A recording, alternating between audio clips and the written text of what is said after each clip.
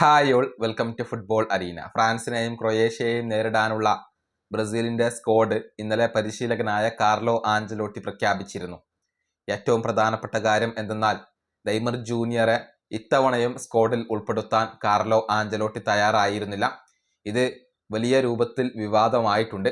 ഇതേക്കുറിച്ചുള്ള വാഗ്വാദങ്ങളും അതുപോലെ തന്നെ തർക്കങ്ങളുമൊക്കെ ബ്രസീലിയൻ ഫുട്ബോളിൽ ഇപ്പോൾ വലിയ രൂപത്തിൽ നടക്കുകയാണ്.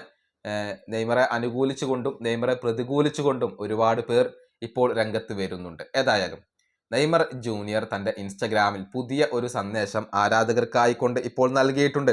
അതായത് തനിക്ക് പിന്തുണ അറിയിച്ചുകൊണ്ട് അയച്ച എല്ലാ മെസ്സേജുകൾക്കും അദ്ദേഹം നന്ദി പറയുകയാണ് ചെയ്തിട്ടുള്ളത്. പിന്നീട് മറ്റൊരു കാര്യം അദ്ദേഹം അവിടെ കുറിക്കുന്നുണ്ട്.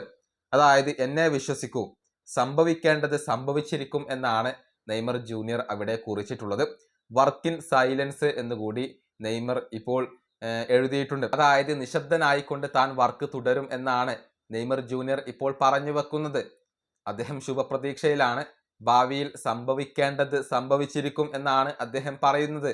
അതായത് നെയ്മർ ജൂനിയർ മികച്ച പ്രകടനം നടത്തിക്കൊണ്ട് എല്ലാവരുടെയും വായടപ്പിക്കും എന്നുള്ള ഒരു സന്ദേശമാണ് ഇതിലൂടെ അദ്ദേഹം നൽകുന്നത്. ഭാവിയിൽ ബ്രസീലിയൻ ദേശീയ ടീമിൽ മടങ്ങിയെത്താൻ കഴിയും എന്നുള്ള ഒരു ശുഭാപ്തി വിശ്വാസം കൂടി ഇതിലുണ്ട്. ഏതായാലും നെയ്മർ പോസിറ്റീവ് ആയിക്കൊണ്ടാണ് കാര്യങ്ങളെ എടുക്കുന്നത്. തീർച്ചയായും നിരാശയുണ്ട് എന്നുള്ളത് നെയ്മർ നേരത്തെ പറഞ്ഞിരുന്നു. പക്ഷെ അദ്ദേഹം തൻ്റെ ശ്രമങ്ങൾ അവസാനിപ്പിച്ചിട്ടില്ല. വേൾഡ് കപ്പിനുള്ള ബ്രസീലിന്റെ സ്ക്വാഡിൽ ഇടം നേടാനുള്ള തൻ്റെ വർക്ക് അത് തുടരും എന്നാണ് നെയ്മർ ജൂനിയർ ഇപ്പോൾ പറഞ്ഞിട്ടുള്ളത്. ഈ വീഡിയോ അവസാനിപ്പിക്കുന്നു. അടുത്തൊരു വീഡിയോ കാണാം.